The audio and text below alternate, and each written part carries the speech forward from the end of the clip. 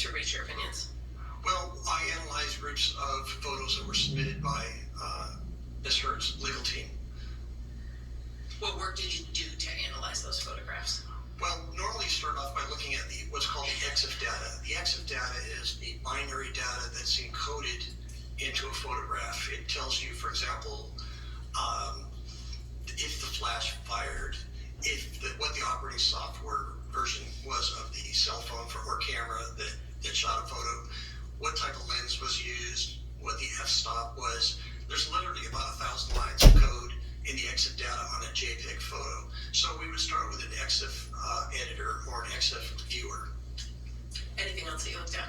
Yes, when we're dealing with RGB cameras, which are red, green, and blue channel cameras, which would be a cell phone or a basic home camera, they're based on RGB channels. We would do four types of scopes. We would do a vector scope. We do a luminance scope. We do a waveform scope, and then what's called an RGB parade. And those scopes analyze different things. The vector scope analyzes where the different types of colors are headed in, for example, it's broken up into reds, magenta, different areas on a scope. We would take a look at that to see if there's anything out of the normal for the type of camera being used. In other words, would there be above a certain percentage of chroma? And chroma means color saturation. Objection, Your Honor. Outside the scope, we can approach. All right, we'll approach.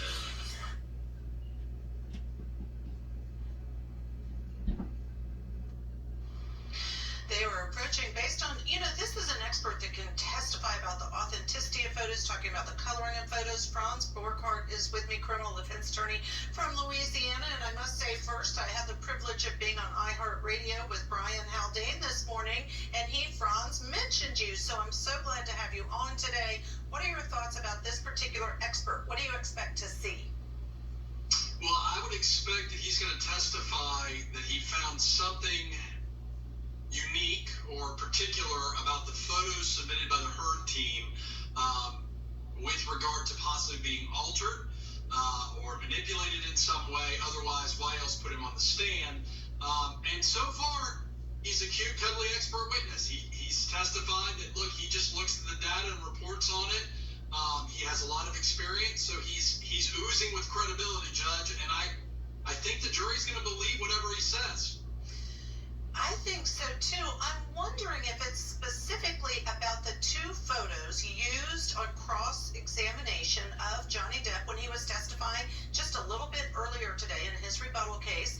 And counsel for Amber Heard showed two pictures, different lighting in each picture of him at a wedding to say, hey, or wasn't at a wedding, it was on a honeymoon, I believe, and saying, listen, the lighting is different, but isn't it true that in fact you really didn't have a bruise under your left eye? Let's go back to court.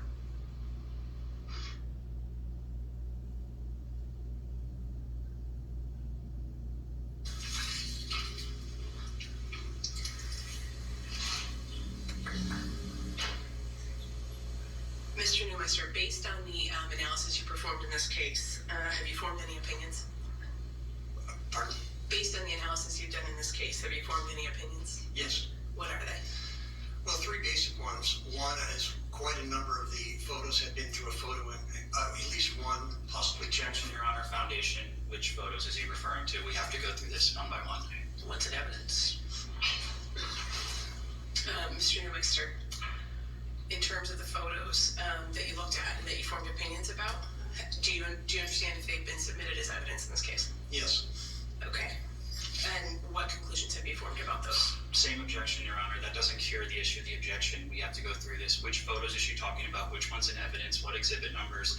That's the basis of the We're objection. talking generally about opinions right now, Your Honor, and we're going to get into some specifics. I think we have to go straight to specifics. Okay.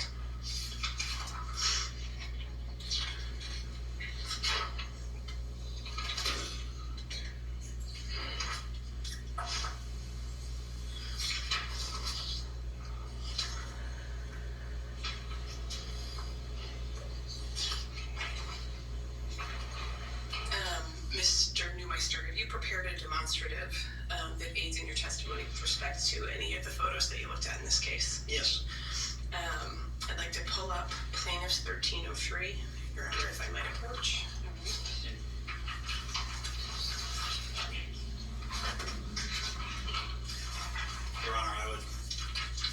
check, we can approach and discuss it.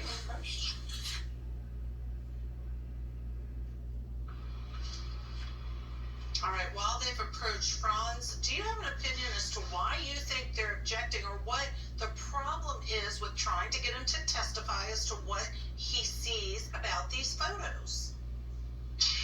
I think this is a series of objections to rattle the attorney, and it seems to be somewhat working. You could see her taking a elongated pause after the objection and after the judge instructed her to get to the specifics. I think she's a little rattled, but I think she's going to rebound from it. I think what we're really getting to is Heard's attorneys are trying to pinpoint specifics, and I think it's just an inevitability, Judge. I think we're going to see that happen. I just think this is an example of a I'm going to rattle you a little bit objection. All right, back to court. Can we pull up Defendant's Exhibit 178, which has been admitted into evidence?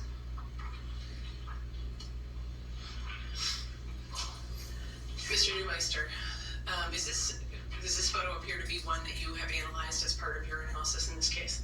There were many versions of this photo. I would say there were dozens of different versions with different chromatic values, different file sizes, different physical sizes. Some have been through Photos 1 or Photos 3, which are photo editing software programs. Okay. Your Honor, at this time I'd like to show Mr. Neumeister's demonstrative Plaintiff's Exhibit 1303. All right, any other objection? I would object again, Your Honor, because the photograph in 178 is not in evidence. All right. The photograph's in evidence. None of the photographs he wishes to show the jury are in evidence. 1303 is in evidence of rejection. Oh, not in evidence, I'm sorry. Is it demonstrative? Just as a demonstrative. I'm sorry. Can we go to 1303, please?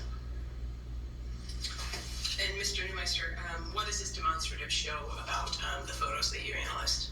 Well, they appear to be similar. However, if you look below at the file sizes, one on the left is 712 kilobytes. The one in the middle is 489 kilobytes. And the one on the right is 524 kilobytes. Now, what's unusual about that is these photos will not digitally fingerprint with each other. They won't hash. In other words, forensically, they don't match. But the thing is, you could say, well, it was sent through email, maybe it's a different size. The file sizes, for example, would be possibly, you could select the file size you send a photo, but there's no way to authenticate any photo that was presented in the way the evidence was collected. And so what conclusions do you draw from that? Well, this is just three of many of the same type of photos that are all different sizes and have different chromatic, which means color. Objection, Your Honor. We just had a ruling on this. All right, sustain objection. Mr. Neumeister, stick to your opinions that relate specifically to what you analyzed about the EXIF data, please. All three of these photos had to go through some type of transformation to change sizes. We can take that one down. You mentioned Photos 1.5 and Photos 3.0 earlier, I believe. What is that? Photos 3 and Photos 1.5 are editing programs that Macintosh or Apple put out with their product. It's for editing photos. In other words, you would put a photo in and you would change the colors, or you would crop it, or you would clarify it by enhancing, for example, the sharpening, or you could darken it. But when you save a photo through an editing program, you leave a mark on the EXIF data. And what is the EXIF data? The EXIF data is the data that is embedded in a photograph that tells you a lot about the photograph. And again, in the early days when we were using film cameras, you would write down the f-stop, which is the light setting. You would write the type of lens you use, the time of day, the type of film stock, the type of filters you're using. Now with digital cameras, that's done electronically, and there's about 1,000 lines of code, of which 50 are probably important, that tell you what the camera was doing.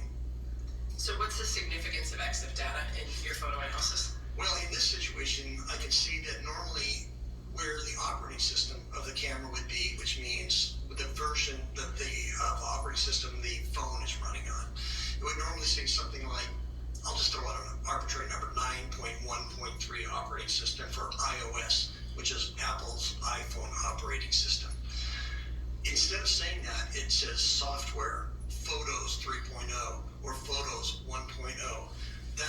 means that the photo had to be rendered, which means composited together in an editing program.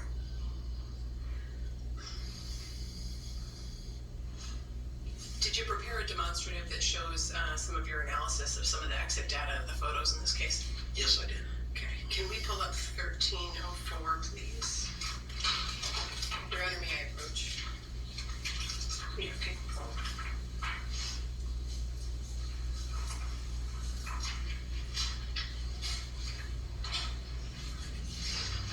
What compelling testimony did you catch? All three of these photos with the bruise on Amber's arm went through some transformation to change sizes. What does this mean? He just testified that this picture, photo, all three of them have been altered.